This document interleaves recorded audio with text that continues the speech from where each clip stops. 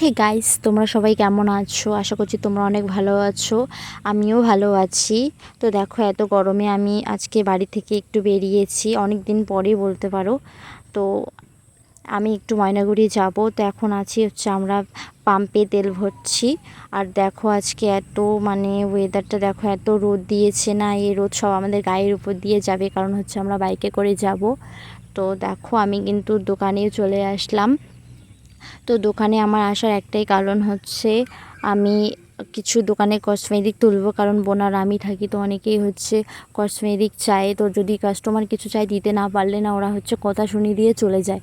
তো আমরা কেন লোকের কথা শুনবো? আর আমার বেকার বেকার লোকের কথা শুনতে একদম ভালো লাগে না। তো দেখো, তো নিচ্ছিলাম, কমপ্লিটও হয়ে গেছে নেওয়া, বেশি কিছু নিই নাই। তো আমার জিজু গেছে সাথে, তো জিজু হচ্ছে কিছু দোকানের ওরও কিছু মাল করার ছিল। তো মালটাল করে হচ্ছে দেখো আমরা খেতে চলে এসেছি। তো এখানে এসে দেখি হচ্ছে, আমি একটু ওয়াশরুমে গিয়েছিলাম, এসে দেখি হচ্ছে কত সবজি দিয়েছে, এগুলো সব ভেজ ছিল।